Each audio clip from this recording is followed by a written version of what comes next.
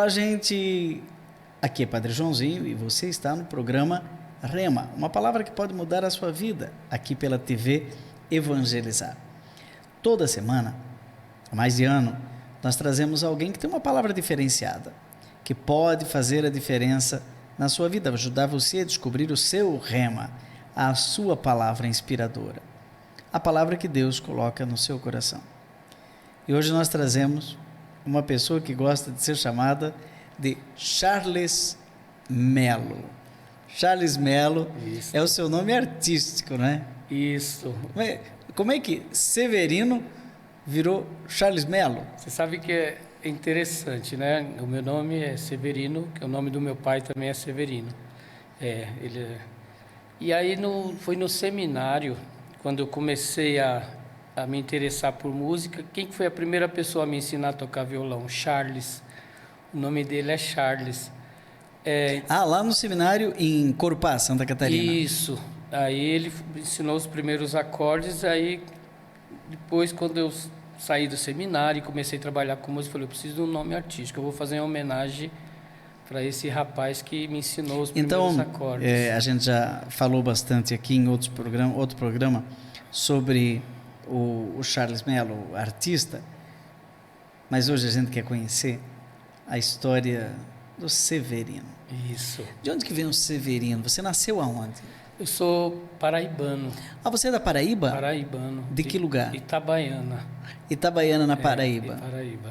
Pai, mãe, Isso. Tudo paraibano? Tudo. Inclusive, esse ano, depois de 40 e poucos anos, eu fiz questão de voltar à minha terra para saber um pouco redescobrir as origens. Isso. Mas você nasceu lá? Nasci lá. E veio com que idade para São Paulo? Eu vim com 7 anos. Então você viveu 7 anos, você estudou lá? Na verdade, assim, eu vivi lá no Rio, no interior, bem interior mesmo, mas assim, a parte de estudo foi aqui no orfanato. Não, peraí. Então, até 7 anos, na Paraíba, você não tinha estudado? Não. Nada? Nada. Você ficava no meio do sertão, então? Como é que fazia o Severino lá no sertão, o menino Severino? Padre, você sabe que é interessante a minha história, inclusive foi ótimo eu voltar lá para conhecer, né? O meu pai, quando eu tinha uns 5 anos, ele faleceu. Ele era o Severino. Você é o Severino filho. Isso, o Severino filho. E a minha mãe veio para São Paulo e deixou a gente lá com... Quantos irmãos eram? Nós 3 irmãos. 3? 3 irmãos. Então veio a mãe e os 3 irmãos? Não, veio a mãe sozinha. Ela veio sozinha? Sozinha. E vocês ficaram com quem? Nós ficamos com uma família que o ano passado eu descobri e fiz questão de visitá-los. Ela dizia assim, cuida deles aí. Ela deixou os meninos. 3 meninos? Isso, 3 meninos. Ela deixou, como é que chama os outros? Você o Francisco. O Francisco. Que é um ano mais velho que eu, né? E o Humberto, que é o mais novo. Então, Severino, Francisco e Humberto. Isso. Que idade vocês tinham nessa época? O meu irmão mais velho tinha... Eu já estou me baseando aqui no instituto, né? Quando a gente entrou aqui, ele tinha 8, eu tinha 7 e o pequeno 5. Então, minha mãe, quando saiu de lá, veio um ano, 5, 6 anos por aí, né? Então, quer dizer, você, com 5 anos, veio a sua mãe ir para São Paulo, viúva. Isso. Viúva jovem, então. Isso. E ela abraça os filhos e deixa aos cuidados de uma outra família. Mas era da família de vocês? Era tio? Era alguma coisa assim? Eles tinham uma consideração enorme pelo meu pai, não tanto pela minha mãe, né? Mas pelo meu pai. E quando minha mãe falou, eu preciso sair daqui para resolver algo muito importante, eu quero que vocês cuidem dos meus filhos. Eles falaram, como a gente tem muita consideração pelo seu pai... Isso você tinha 5 anos? Isso. Mas aí, eu vou te chamar de Severino nesse programa. No outro eu te chamei de Charles. Show. Esse daqui eu vou te chamar de Severino. Mas aí o Severininho ali, o Ninho, né? Eu nem sei se você tinha um apelido quando eu era criança, Severino. Chamava de Severino? É Bill, né? O apelido é Bill. Os meus irmãos me chamavam de tio. Depois eu fui entender que eles estavam tentando chamar de Bill, porque todo Severino tem um apelido de Bill, né? Bill. Bill. Mas chamava de tio. De tio. Então você com 5 anos já era tio. Tio dos seus irmãos. Isso. Aí tá, o tio fica lá, vê a mãe ir embora com uma família que não era a sua, que estava por uma família de empréstimo. E isso foi mais ou menos em que ano? Olha, eu sempre me baseio pelo que eu entrei no Instituto. Eu entrei aqui no final de 77, 75, por aí. Foi quando eu entrei no seminário, 76. Eu estava entrando no seminário e você estava dando tchau, até logo ou adeus para sua mãe? Ela voltou. Olha que interessante, né? Aí que começa a entrar o orfanato nessa história, porque a minha mãe trabalhou com a irmã do senhor Valdemar, que era um grande benfeitor do Instituto. Desculpa, gente.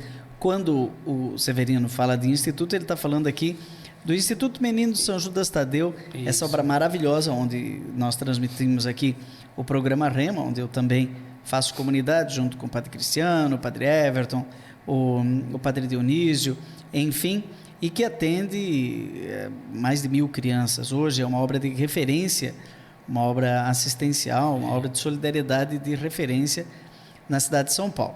E nós vamos chegar nessa história do Instituto ainda, não apressa o caldo não. Tá. Eu queria saber se a sua mãe voltou para lá para buscar vocês. Boa. Aí esse seu Valdemar ele falou, olha, eu tenho um lugar que eu frequento, que é o Orfanato São Judas, né? Mas ele falou para quem? Para minha mãe. Essa parte você não contou. Isso. Então a sua mãe chegou aqui em São Paulo, sem os filhos. Sem os filhos. Lá por volta de 1975. Isso. Ela devia ter ali uns 35 anos, não sei, né? Por aí, uma jovem senhora viúva, uma mão na frente, a outra atrás, uma retirante, né? Tentando a vida nessa grande metrópole, chega aqui e ela vem aqui no Instituto Menino de São Judas Tadeu para pedir socorro. Isso, porque o seu Valdemar falou assim, olha, vai buscar seus filhos, que eu tenho um lugar... Ela contou a história para esse senhor Valdemar. Isso. Ele era auxiliar do Padre Gregório, que era o grande personagem do Instituto nesse período? Eles eram grandes amigos, né, e benfeitores, né? Então, o seu Valdemar, inclusive, durante... Era um que sempre andava de guarda-pó branco. Isso, né? Porque aqui no Instituto tivemos uma pessoa... O Instituto começou já no tempo do Padre João Bicher, que era pároco da Paróquia Santuário São Judas Tadeu, muito conhecido em São Paulo. Mas, logo em seguida, ele é assumido, assim, de corpo, alma, coração, né, pelo Padre Gregório, que está sepultado na Capela São José, no Instituto. Aqui em cima de onde a gente... Não, aqui do lado de onde a gente está. Bem do lado. Mais ou menos aqui está sepultado, mais ou menos daqui a 30 metros. Né? Estamos aqui do lado do túmulo do Padre Gregório. E tinha também o Padre Lauro e tinha também o Padre Germano. Isso. Nós vamos falar desses personagens históricos que São Paulo ama, conhece muito bem. Mas, por enquanto, nós estamos falando da dona... Como chamava? Beatriz. A dona Beatriz, que chega aqui e deixou os filhos lá na Paraíba, aos cuidados de alguém. Coragem, não? Vir para São Paulo sozinha, né? Certamente só com o dinheiro da passagem, uma trouxinha de roupa, né? Deve ter trazido muita coisa. E aí ela encontra esse tal de seu Valdemar. E aí você estava dizendo que ele diz para ela, vai lá buscar seus filhos, foi isso? Isso, exatamente. E ela foi, né? Buscou... Ela conseguiu voltar para Paraíba, que não é perto, né? De ônibus. Há 3 dias. 3 dias, 4 dias. É longe. Né? E ela foi buscar, então para nós foi... E aí você lembra quando ela estava chegando de volta ou era muito criança? Rapaz, assim... Porque não tinha telefone direito, né? Não. Vocês perderam o contato completamente. Sim, inclusive a gente já não imaginava nem que ela fosse voltar, né? Todo mundo achava que ela tivesse... Foi e abandonou os filhos. Isso. Você seria um menor abandonado. É bem por aí. Né? Inclusive, quando ela nos trouxe para São Paulo, olha, aconteceu um acidente. Demorou para ela trazer ou foi logo em seguida? Foi lá buscar? Foi buscar. Eu estou vindo buscar meus filhos estou levando para São Paulo. Sim, aí ela chega aqui e aí ela vem trazer vocês, deixou com a família lá. Aí agora ela não tinha de certo como dar alimento. Morava onde? Ela morava na casa da família, então realmente... ela trabalhava numa casa de família. Isso, e não tinha como deixar os filhos, então ela foi buscar para deixar aqui, né? Aí ela já sabia que aqui no Instituto Menino de São Judas Tadeu poderia deixar seus filhos com segurança mais perto dela do que lá no Nordeste. Só que ela tinha que sair para trabalhar sozinha, viúva, não tinha como cuidar de vocês. E ela foi buscar e falou, olha, vocês vão ficar num lugar muito bom. Inclusive eu assisti uma das entrevistas, né, sua com o Fratre, falando que tinha piscina em cima no... Foi a mesma história, você vai para um lugar onde tem piscina... ela contou que era o paraíso aqui.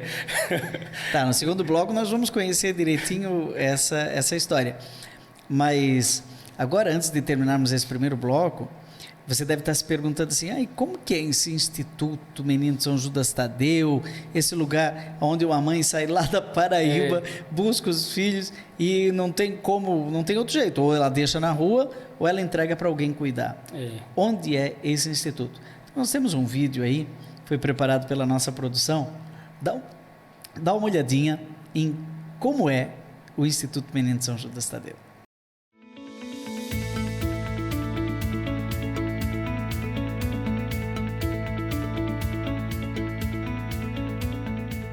Seja bem-vindo ao Instituto Meninos de São Judas Tadeu. Aqui, acolhemos e amparamos crianças e adolescentes por meio da mística do amor restaurador. O IMSJT atua em suas 11 unidades e atende mais de 2.000 crianças e adolescentes. Por meio dos ideais deonianos, o Instituto cresceu, deu voz e perspectiva para quem precisa. Eu cheguei no Instituto Menino de São Judas Tadeu no ano de 2019 e logo me deparei com a realidade de um trabalho lindo desenvolvido com crianças e adolescentes em situação de risco aqui na Zona Sul de São Paulo. São mais de 2.000 crianças. Mas uma pergunta que incomodava o meu coração era quem eram as pessoas que estavam por trás do trabalho, do cuidado com essas crianças. Então foi aí que nós resolvemos desenvolver um trabalho não somente de profissionalização, mas com certeza para dar mais qualidade de vida a esses funcionários, mas também um trabalho que pudesse ajudá-los como pessoas a poder ajudar. Então, nós desenvolvemos um trabalho de profissionalização e ao mesmo tempo de ajuda afetiva, de desenvolvimento humano, desenvolvimento espiritual, ou seja, nós resolvemos trabalhar com o desenvolvimento da pessoa humana, desse funcionário, dessas pessoas, desses profissionais que estavam por trás de dar qualidade e ajuda a essas crianças. A obra ficou conhecida por Padre Gregório Westrup, que foi nomeado diretor do Instituto em 1950 e ficou até a sua morte em 1983. E apesar dos desafios, o Instituto Meninos de São Judas Tadeu continuou sua obra, adaptando-se e vencendo as adversidades. Não basta fazer bem aquilo que fazemos, é preciso fazê-lo com amor. Assim bem nos ensinou Padre Deon, fundador da Congregação dos Padres do Sagrado Coração de Jesus. É preciso viver a vida com amor. Eu estou na direção do Instituto Menino São Judas Tadeu desde o dia 3 de novembro de 2019. Hoje eu posso dizer que me sinto mais em casa, mas no começo não foi nada fácil até conhecer essa nova missão. O IMSJT sempre me chamou a atenção por ser essa imponente obra que traduz bem na prática o carisma da congregação, amor e reparação. Bem em seguida da minha chegada, enfrentamos o desafio da pandemia do Covid-19, que prejudicou em partes as nossas atividades e nos trouxe incertezas e angústias.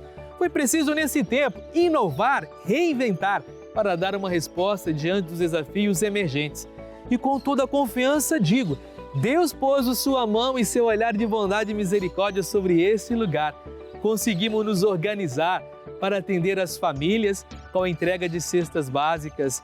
Realizamos aulas audiovisuais, reduzimos a jornada de trabalho para manter o emprego dos nossos 320 funcionários e realizamos diversos tipos de campanhas, lives e ação beneficente para angariar recursos financeiros e assim cuidar e manter em dia o funcionamento das nossas 11 unidades de atendimento educacional ao longo da sua história de 75 anos. Aqui representa um verdadeiro oásis de esperança na vida de muitas crianças e adolescentes que encontram nesta obra a oportunidade de se prepararem para viver a vida e a possibilidade de construir um mundo melhor ao seu redor. Por isso, amar é a nossa missão.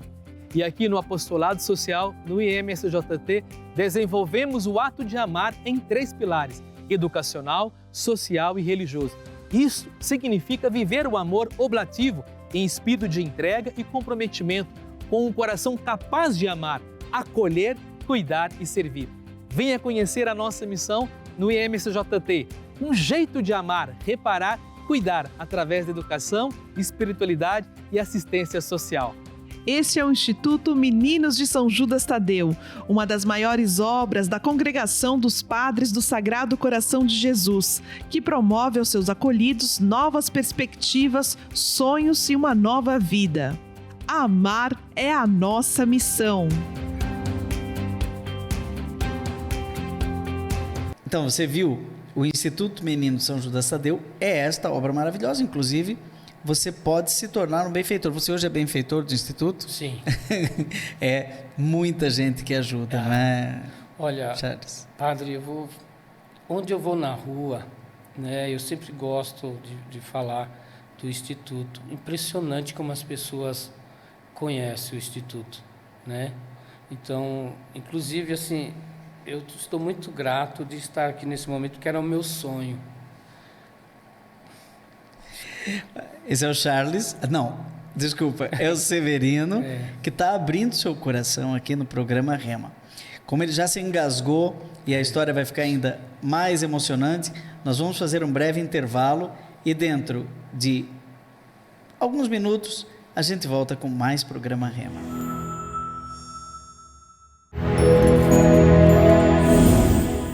Olá, nós estamos voltando aqui com o programa Rema, uma palavra que pode fazer a diferença na sua vida. Estamos hoje entrevistando o cantor Charles Melo, mas que na origem lá da Paraíba é o menino Severino, né, que a mãe deixou, depois foi buscar. Isso. E o Instituto Meninos de São Judas Tadeu, essa obra maravilhosa aqui na Zona Sul de São Paulo, acolheu só você ou acolheu os 3? Os 3. Acolheu os 3? Não, e você sabe que foi algo fora de série, porque o meu irmão mais novo tinha 5 anos. E o limite mínimo era 7 anos, 6, mas, né, por ser 3 irmãos e por Deus que eram 3 irmãos, porque se tivesse uma menina já teria separado, né? É, porque nessa época, você não deve saber, hoje em dia a legislação, o Estatuto da Criança e do Adolescente não permite separar os irmãos. Isso. Mas na época aqui era só para meninos. Só para meninos. E vocês eram 3 meninos. Isso. Eram quantos aqui no seu tempo? 350. Quanto? 350 internos, né? E aí tinha os externos que vinham que estudar aqui dentro, que tinha o SESI, né? Então tinha os externos, aí tinha menina que vinha estudar, tinha meninos. Mas vocês eram 300, mais que em Corupá. 350. Cabia 350 aqui nessa estrutura, nessa quadra? Olha, tinha a divisão, por exemplo, tinha um dormitório que tinha 150 camas, aí tinha o dormitório 2. Onde que é hoje? Qual que é a sala? É aquela que faz a seleção das coisas lá? Diz que tinha um dormitório dos mijões. Tinha. Você nunca foi para lá? Não, graças a Deus, porque até a gente os meninos que faziam pipi na cama, então tinha um dormitório para eles? Tinha, era o dormitório 1 dos menores, o dormitório 2 dos maiores e o dormitório dos mijões. Ô Severino, mas todo mundo que fala assim, quer dizer, todo mundo, né, que não conhece, né, que fala de orfanato, parece um lugar triste. Você fala com alegria, como se dissesse assim, não, aqui foi e até hoje é, porque você continua integrado nessa obra, você é músico do Instituto Menino de São Judas Tadeu. Não há quem não conheça a voz do Charles aqui no Instituto Menino de São Judas Tadeu, mas a sua história se mistura com isso, como que numa família? Aliás, eu trato o Instituto como meu pai e minha mãe, né? Por isso que eu me emociono por causa disso. Aliás, era um sonho meu ter essa oportunidade De falar. de falar. Você nunca teve essa oportunidade? Assim, nesse formato, não. Eu tive já na capela, né? Assim, em alguns momentos. E esse era o meu sonho, agradecer o quanto que o orfanato, o Instituto na minha vida, ou seja, o meu pai e a minha mãe, fez a diferença na minha vida, né? Quer dizer, para você se sente filho dessa casa. Sim, eu vejo o Instituto E a sua como- mãe ficava trabalhando lá naquela casa. Os finais de semana, ela buscava vocês ou depois não buscou? O que aconteceu com a história da mãe com os 3 filhos? Olha, assim, a minha Se mãe... você puder contar, naturalmente. Né? Sim, eu adoro. Aliás, é fantástico. Assim, a minha mãe, quando colocou a gente aqui, a gente chorava tanto que ela ficou 3 meses sem poder nos visitar, né? Porque para nós foi tudo muito... Ah, vocês ficaram aqui, assim, desmamados, né? Sim. Onde é que colocaram a gente? No meio de 300. Vocês estavam lá na Paraíba, só vocês 3, né? Numa família que cuidava de vocês naquele ninho de carinho, Isso. de amor. Traz aqui e coloca no meio de 300. E aí... De 3 para 300. Padre, pra você ter uma ideia, a gente dormia os 3 na mesma cama. A gente... Com medo. A gente andava... Quando passava, dizem, né, que quando passava avião, a gente parecia bicho do mato, né? Ia pro cantinho e aí tinha o seu Lula, né, que ele foi um grande funcionário durante anos. Ele, inclusive, recolhia a gente para se afastar das crianças, porque a gente chorava demais. E a nossa mãe ficou... Não eram os mijões, mas eram os chorões. Os chorões, era bem isso mesmo. E assim... Você sabe que quando eu entrei no seminário também tinha isso, né? Quando apagava a luz, só escutava... Não era gripe, não. Era saudade, mas eu fui pro seminário com 11 anos. 11 anos, Você chegou aqui com 6, 7 para 8, 7 para 8 anos. Mas aqui você começou a estudar. Isso. Aí... Aqui, mas o começo do seu estudo... Tudo aqui. Foi aqui? Tanto que aqui... Dos seus irmãos também? Também, né? Tanto que Você chegou aqui sem saber ler nem escrever? Sim, tanto que o primeiro ano eu repeti aqui, né? Porque eu não tinha conhecimento nenhum. Entendi. Né? O primeiro ano eu vivia, tipo, a professora, fica aqui, meu filho, do meu lado aqui, porque você não tem... Só no outro ano que eu fui... Mas aí você estava falando da sua mãe. Certo. Que ela não podia vir aqui de tanto que você chorava. Durante 3 meses, né? E a visita era uma vez por mês. Ah, é? A visita era uma vez por mês. Não, mas peraí.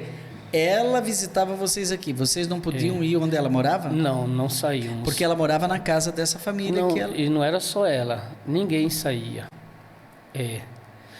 Dos 300 ficavam aqui. Isso, só recebia visita. A gente não... Nem nas férias? Não. Tudo era aqui. Então, por exemplo... Peraí, mas aí você entrou aqui com 8 anos e saiu com 18? Eu saí com 15 que eu fui para o seminário. Ah, tá. Você se escapou, foi para o seminário. E seus irmãos? Os meus irmãos ficaram aqui. Até 18 anos? Não, eles saíram um pouco antes. Saíram com emprego? Não, porque aqui era até a 8ª série, né? Então, por exemplo, da primeira à 8ª série. Então, o meu irmão mais velho, quando ele completou, depois foi seguir a vida dele, porque minha mãe estava lá fora. Sua mãe vive ainda? Não. Faleceu. Quando eu tinha 18 anos, eu estava no seminário, né? Faleceu jovem também? Com 50 anos. Jovem, eu estou com 59.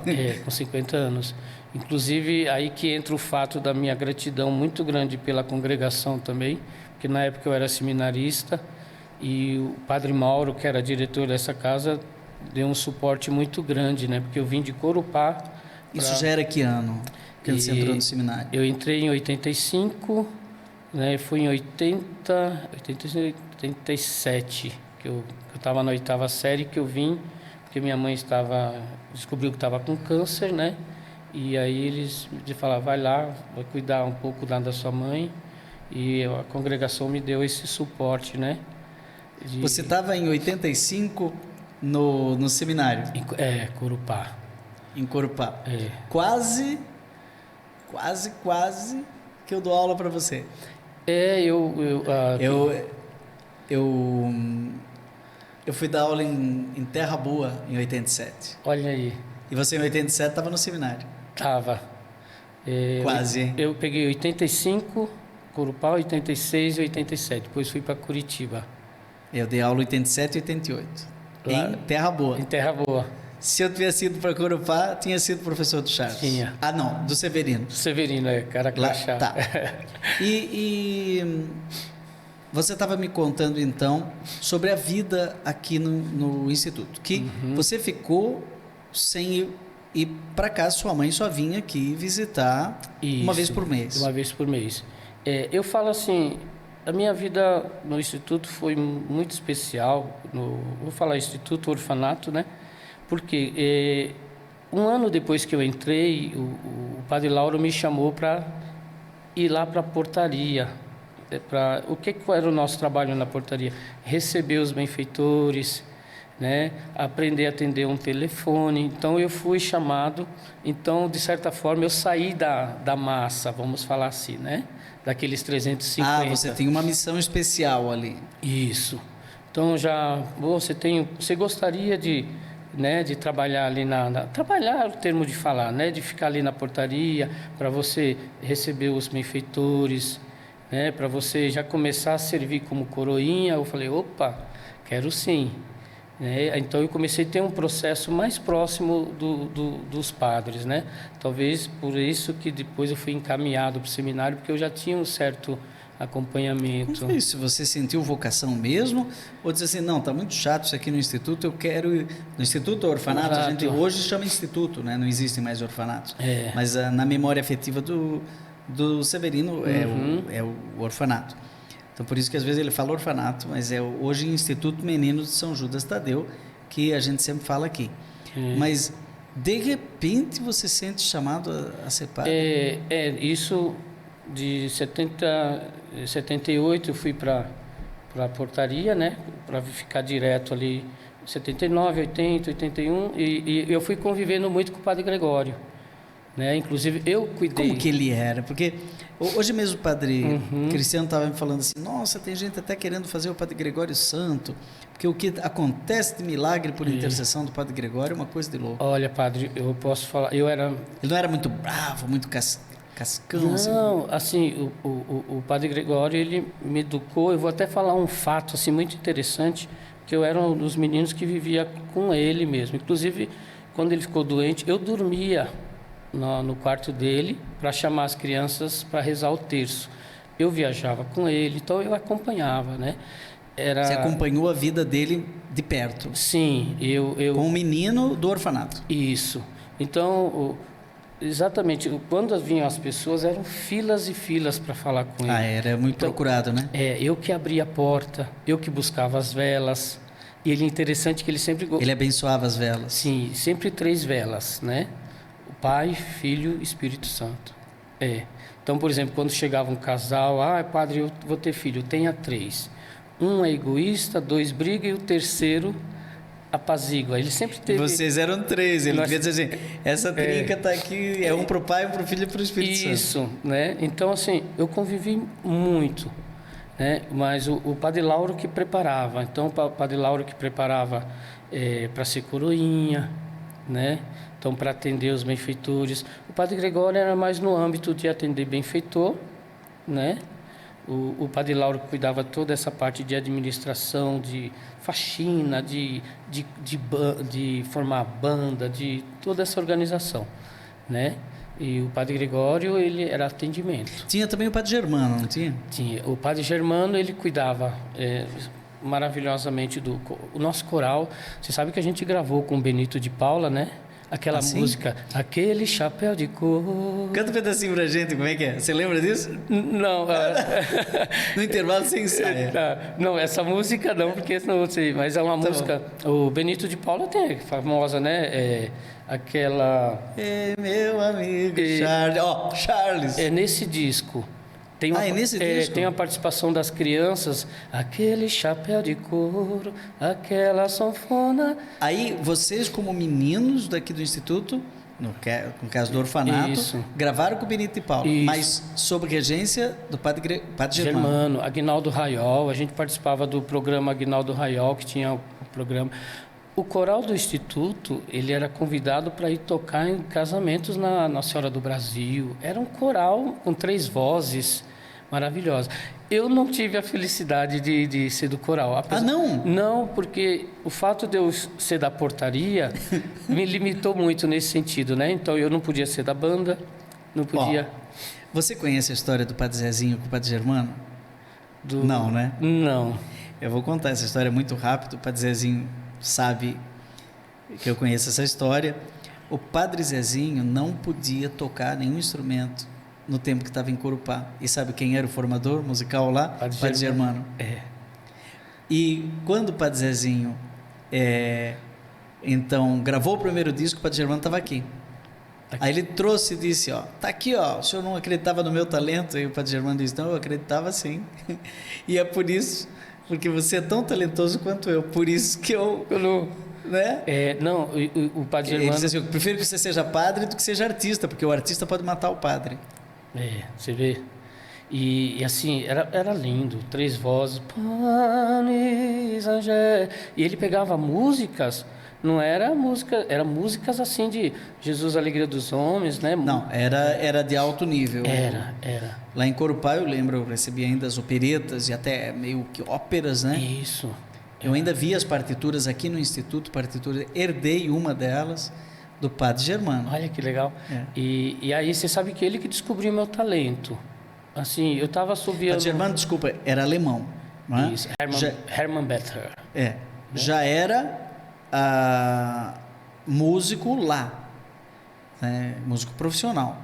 E ele veio trabalhar no Brasil e trabalhou em Corupá, um lugar maravilhoso, que daí da minha infância, eu falo isso quando eu fui entrevistar eu mesmo. E eu sei que eu estudei lá também. Porque você estudou lá. Estudei lá, Então, vamos falar mais disso no terceiro bloco. Nós estamos acabando aqui o segundo bloco. Você está conhecendo o Charles, aliás, ele já esteve aqui, um programa falando sobre todas essas questões musicais, né? Principalmente do Instituto Menino São Judas Tadeu. E agora você está conhecendo a história, a origem, a memória de um menino paraibano que saiu de lá com 5, 6, 7 anos, seus 3 irmãos, a mãe vai buscar e deixa aqui no Instituto Menino de São Judas Tadeu, que se torna pai e mãe dessa criançada. Nós vamos querer saber um pouquinho mais do cotidiano desse instituto, ontem e hoje, no próximo bloco. Então nós vamos fazer um breve intervalo e o programa Rema volta no instante.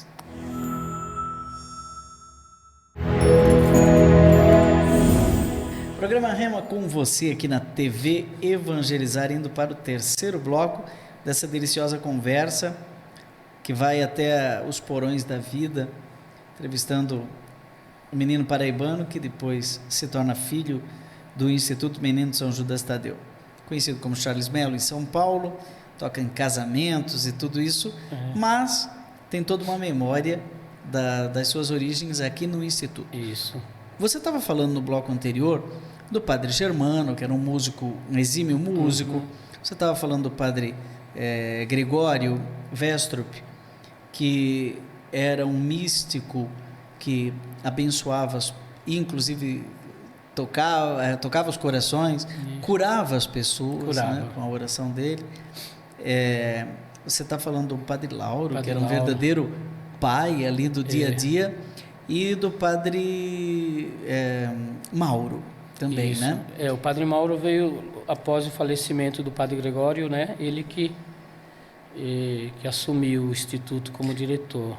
Como que você lembra assim do dia a dia do Instituto? Como que era um menino depois que você parou de chorar, né?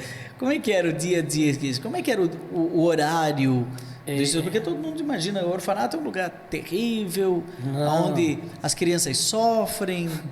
Você que sabe que as pessoas achavam que até confundiam o orfanato com a FEBEM. Isso. Né? Tinha essa... o preconceito das pessoas. Isso, tinha, né?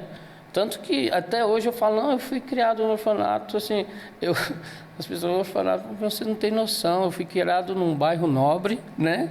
Eu falo para as pessoas, ó, aqui dentro tinha o SESI. Não precisou fazer muita terapia para curar os traumas do orfanato? Não, olha, padre, assim, pra falar a verdade, eu sempre, tudo na minha vida até hoje, eu sempre levei como algo bom. Eu entendi que naquele processo de minha mãe me colocar aqui, ela queria o melhor para mim. E depois o tempo foi mostrando... E foi o melhor? Foi. Porque senão você teria ficado na rua. Exatamente. Ela teria deixado vocês na rua. Porque ela não ia poder cuidar. Tem tantas crianças hoje ainda, eu vejo. Nem buscaria, deixaria lá. Ou deixaria lá. E pelo que eu fui lá esse ano, eu vi a realidade, não mudou nada. A gente seria 3, né? Assim, viveria... Você não seria quem você é hoje. Não. Então hoje, o que você é, você deve ao Instituto Menino São José Tadeu, ou seja, ao orfanato. Totalmente, totalmente. Porque assim, eu entrei aqui com 7 anos. Hoje eu estou com 53 e minha vida... Você já tem isso tudo? Tem. Não parece? Minha vida inteira aqui. Tem filhos? Tenho uma menina e um menino. Tem um casal? Casal. Falta um, hein? Falta um, né? Falta um. Olha, o Padre Gregório está torcendo lá no céu. Que Deus, né? Tem um casal, então? Tem um casal, Mas o cotidiano, o dia a dia no Instituto, como que era? Era, assim, muito bem organizado. Acordava, né? Muito cedo. Já falou cedo. Que tinha um dormitório que tinha 100 camas. Isso. A gente acordava cedo por causa dos mijões. Porque os mijões tinham que tomar banho, né? Então eu acordava... E era água gelada. Ah, não tinha água quente? Não tinha. Inclusive, era na época, né? É pra gente não ficar gripado. Lógico que depois que você vai ficando mais velho, você vai entendendo, né? Se tivesse... Teve, depois, na época do Padre Mauro, teve água quente, mas era a luz solar, né? Fizeram o solar. Mas imagina se tivesse chuveiro elétrico aqui, não tinha conta de luz que ia... 300 meninos. E a gente tomava... E ele falava, não, que aqui dá uma corrente enorme de vento, vai fazer mal se tiver água quente. Eu cresci minha vida inteira ouvindo isso. Acreditou. E realmente, o trajeto onde a gente trocava de roupa para tomar banho, tinha uma corrente de ar terrível mesmo, tinha. Tanto que a gente só passava correndo, né? E era interessante, porque a gente estudava de manhã, tinha o SESI aqui dentro. Que hora começava a aula? 7 horas. 7 horas? E o café da manhã? A gente acordava às 6 horas, não, acho que era 7h30. O café da manhã era das 6h30 às 7h, e aí aquele processo... Mas a aula era aqui dentro mesmo. Tinha tudo fila? Como que era? Tudo muito bem organizado. Assim, pra você ter uma ideia, tudo dividido por série, né? Primeira série. Então, a primeira série, tomar banho. Né? Segunda série... E o ginásio estudava no período da tarde, o primário... Não, era o contrário. O ginásio no período da manhã e E oração? Tinha oração da manhã, alguma coisa assim? Sim, sempre antes das refeições, a oração, sempre. A gente formava a fila, né? Vamos formar a fila. Então, rezava. Era aquele negócio, Pai Nosso que está... Sabe, cantado, né? Pai Nosso que está no céu, santificado seja o vosso nome. É o Pai Nosso da fome. Isso, né? Mas era tudo criança, né? Mas era bonito de ouvir. Rezava o terço? Rezava, sim. Como que era? Uma vez por semana? Ou era todo dia? Como que era? Não era todo dia. Era uma vez por semana tinha a missa, né? E uma vez por semana tinha o terço também. Aí dividia pro... E no domingo? No domingo a missa das 10, com terno. Daí era de gala, mas durante a semana não tinha missa? Não, por causa da escola, né? Porque da escola. Então a turma, por exemplo, porque tudo a gente fazia, padre. A gente limpava o refeitório, a gente que passava a roupa, a gente que pregava o botão. Não tinha igual hoje que tem funcionários para tudo, era tudo a gente. Então, por exemplo, acordava, então uma turma já vai... arrumar as camas, cada um já deixava... tinha uma disciplina. Tinha, maravilhoso. Assim, isso na minha vida até hoje. Você então, participou quase que de um exército antes... Você não sei se serviu o exército ou não? Não, eu escapei por causa do seminário. Mas depois eu tive que... Fui né, Mas aí, quem te passou no orfanato, o exército é fichinha, né? Não, fichinha. Tanto que, por exemplo, o seminário, para mim, né, assim... Eu vou contar um fato, assim, que... Primeiro que as pessoas achavam que... Aquela pergunta que você fez, pô, você foi porque você tinha vocação ou tinha... Os padres achavam que eu fui para fugir de uma situação. Mas eu vou ser sincero, aqui no orfanato eu já tinha mais mordomia do que no seminário. Né? Quando eu votava como seminarista, eu já era diferenciado, né?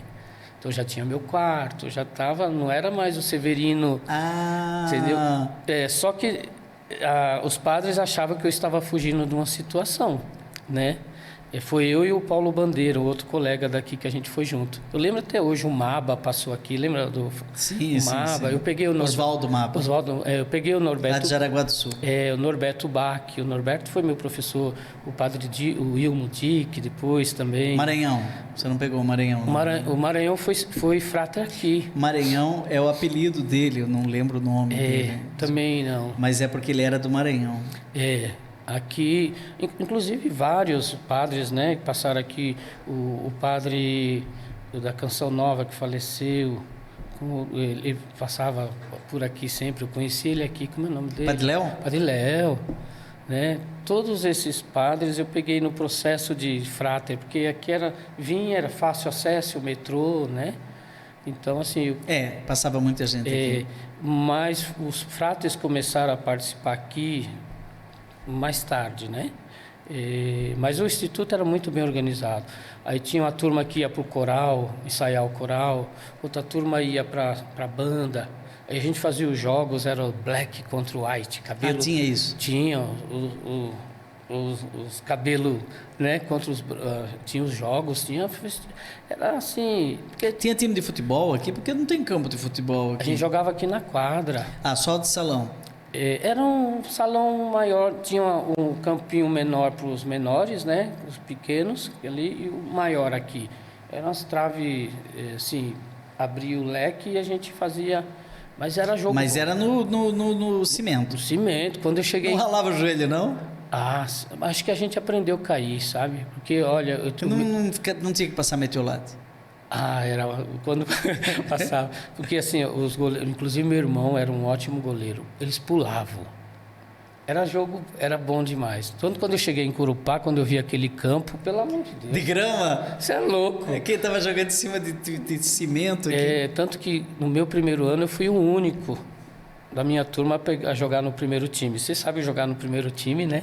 Em Corupá, parabéns. Peguei o padre Adolfo, o zagueirão. Né? O Dom Vital? Vital. Que hoje é Dom, hoje é bispo. O Vital. O Vital trabalhei lá no Mato Grosso. Hoje ele é bispo no Mato Grosso. Na época era frater, nem era padre ainda. Ou era padre quando... Ele era padre. Padre recém... Ele foi para lá. Era padre. O frater era o Barrichello. Peguei o Tarzan. Dionísio. O Norberto Bach, né? O Maba. Tarzan, olha. Isso é coisa do seminário, que é apelido, né? Não, mas aqui também, sabe? Dionísio. Dionísio Fronzen, acho. A gente chamava... Você sabe que ele ficou prefeito, né? Não sabia, não. Foi prefeito lá em Tucunduva. Isso, terra dos atuais. Você conhece os atuais? Nossa, sem amor ninguém vive. É um ditado que diz... Só um grande amor. Você sabe que essa música... Mary, te adoro, Mary. Nossa, adorava. Você sabe que eles estão gravando uma música minha, né? É mesmo? São Cristóvão. Bom, isso é histórias assim do Padre Joãozinho. Não sou eu que estou sendo entrevistado. Mas você conhece os atuais? Eu pessoalmente, eu conheci porque como eu estudei lá no Sul, né? Os gaúchos... Os gaúchos. Mas eu adorava. Os atuais são de Tucunduva. Nossa, adorava. Tinha um outro grupo, o Grupo Atual, que era um sobrinho do Padre Lauro, inclusive tocava a sanfona, né? Eu adorava. Ali a música te encantou, né? Foi toda essa história do programa anterior começou desse seu encanto pela música no seminário. Né? Olha, padre, o que me encantou quando tinha as missas, aquele jogo de vozes. Olha, se você quer ver um jogo de voz bonito, vai no seminário, né? Porque um fazia uma terça, um coração, o outro ia, sabe? Aquilo lá me... No seu tempo aqui no Instituto, né? você trabalhava na portaria. Isso. Né? Você via os benfeitores chegando, você atendia os benfeitores, como que era isso? Eu que abri a porta, inclusive. Inclusive, eu já fui até ameaçado, assim, né? Porque eu quero falar com o Padre Gregório. Não pode. Eu quero. Já recebi até pesada na porta. Padre, o senhor não acredita, era filas e filas. Por isso que o seu Valdemar usava branco, inclusive para ele ter livre acesso, né? Todo mundo achava que ele era médico do Padre Gregório, né? Mas, assim, era filas e filas. E eu ficava lá. Tanto que às vezes me chamavam, esse é o cavalinho. Porque às vezes eu tinha que empurrar mesmo, sabe? Então, hoje, aqui o Instituto continua sobrevivendo de benfeitores, né? Você falou que você até hoje é um benfeitor, né? E aqui, por exemplo, está toda a infraestrutura, né? Nós temos várias creches, né? Em São Bernardo do Campo, São Paulo inteiro, também centro de adoção, né? Os SAICAS com criança de até 6 meses, né? Eu vi lá esses dias uma criancinha, porque há crianças que a justiça confia a nós para que elas possam ser acolhidas, não é? E tem o SAICA Padre Deon, não é? E tem também o SAICA São Judas Tadeu. E também o CCA, né? Que é a central o Centro para Crianças e Adolescentes, que é de crianças de 6 a 14 anos e 11 meses, até 15 anos. Você saiu daqui porque você foi seminarista, né? Isso. Mas aí você saiu do seminário. Aí eu saí para o seminário, para onde eu voltei? Voltou para o Instituto? Para minha casa, né? Porque eu não tinha casa? Não tinha para onde ir. Minha mãe faleceu, e é aquilo que eu falei. Aí você tinha o quê? 16 anos, 17 anos? Foi em 87, 17 anos. Eu não tinha parente. Eu fui descobrir meus irmãos de parte de pai, faz aí uns 6, 7 anos atrás que eu descobri. Você tem irmãos, então? Tenho, da parte de pai. Foi cada um... Que você não conhecia? Não conhecia, porque a minha mãe foi a segunda esposa do meu pai. Por isso que ela veio para São Paulo, porque quando faleceu a primeira esposa, minha mãe já casou com meu pai. E aí deu um problema de família, ela teve que meio que sair. Depois eu fui atrás de tudo e descobri. Aí você descobriu todos esses porões, né? Por isso que eu valorizo muito o que ela fez. Assim, por isso que eu falo que ela foi fantástica. Às vezes as pessoas falam, sua mãe... Não. Abandonou? Não, ela foi muito sábia. Né? Foi muito sábia. E eu vou lhe contar uma coisa, viu, padre? Ela não podia me visitar, mas como eu era da portaria, eu sempre a via, ela sempre ia lá. Ela vinha na missa. E o sonho dela era ter um filho padre, sabia? Tanto quando eu fui para o seminário, nossa, que para ela foi... Eu não fui porque... Não, eu fui porque fui discernindo, fui convivendo com os padres, fui coroinha, e essa coisa foi me tocando. As pessoas, nossa, você não quer ir lá para o seminário, né? Mas aí você sai do seminário, por suas razões, volta para casa. Isso. Aí, sua mãe já tinha falecido? Já. E agora? Aí, por graça de Deus, assim, eu já tocava violão, já tinha aprendido violão lá, já tocava nas missas, né? E aí eu falei, porque aqui você sabe que não tinha música nas missas, né? Era o coral das crianças na missa das 10 de domingo e o restante colocava CD, disco na época, disco Paz e Oração, que era lindo, adorava, né? Inclusive eu colocava, porque eu que cuidava... Você era o sonoplasta? Isso, cuidava dessa parte. Quando eu voltei do seminário... Aí você já tocava? Já tocava, eu criei um livrinho com as músicas, tanto que o livrinho que eu tenho é tudo música do seminário. Não, mas peraí, daí você começa já a tocar com 18 anos? Aí eu não tinha para onde ir. Aí o padre na época, o padre Mauro, não, você vai... Inclusive é uma casa que eles compraram ali na Maurício, né? Maurício de Lacerda. Onde depois virou a sede da mantenedora. Isso. Que eu trabalhei lá ainda. Aí eu fiz uma permuta, né? Na época eu tocava, eu falei, não, vou começar a tocar nas missas, só deixa eu morar. Ele falou, não, eu vou fazer algo mais, melhor ainda para você. Você vai trabalhar aqui como office boy na época, né?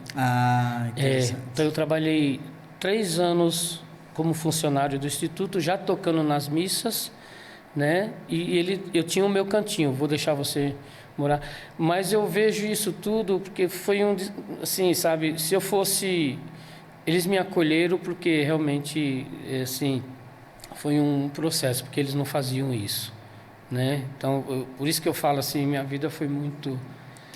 Olha, Severino, popularmente conhecido em São Paulo como Charles, 1 minuto, o microfone é seu para dizer muito obrigado, o Instituto está te ouvindo e com certeza é o que você sempre desejou nesses anos todos, ter um momento, 1 minuto, né? Tem 1 minuto para você agradecer e 1 minuto para eu encerrar o programa. A palavra é sua. Esse choro é de gratidão. Assim, o que eu encontro vários ex-alunos, né? E fala, o Instituto, para mim, o orfanato foi um diferencial. E foi. Não só para mim, como para os meus irmãos, né? Assim, então, eu gostaria de deixar o meu agradecimento. Vocês transformaram a minha vida, né? Eu não tenho ideia o que seria de mim, mas eu tenho ideia do que o Instituto Orfanato me proporcionou, né? Eu falo, hoje sou realizado, né, no que eu faço. Inclusive, o meu sonho sempre foi ser reconhecido no Instituto, né, pelo meu trabalho de música, né? Então, eu sou muito grato ao Instituto por tudo. Me acolheu antes do seminário, pós-seminário e até hoje, né, padre? Porque aqui eu tenho, graças a Deus, as portas são abertas para mim. Eu venho todos os dias, toco nas missas todos os dias e eu acho muito legal, assim, o respeito que os próprios funcionários têm, assim, pela minha pessoa, né? Porque, assim, o Instituto me ensinou a ser gente, sabe? Muito bem, acho que essa frase é ótima para encerrar mais este programa aqui, o Rema, o Instituto me ensinou a ser gente. Você pode ajudar esta obra, né? Procure o nosso ITSJT, né? Instituto IMSJT. Instituto Menino de São Judas Tadeu. Instituto Menino de São Judas Tadeu, isso aqui é o nosso informativo, fala inclusive da festa junina, a maior e melhor de São Paulo, né? E eu toco nessa festa, viu? Toca. O Charles, né? Toca nessa nossa capela. Bom, Padre Reginaldo Manzotti, mais uma história de ouro aqui para o programa Rema. Você continua aí com a sua experiência espiritual. E a gente volta com mais Rema na semana que vem. Deus o abençoe.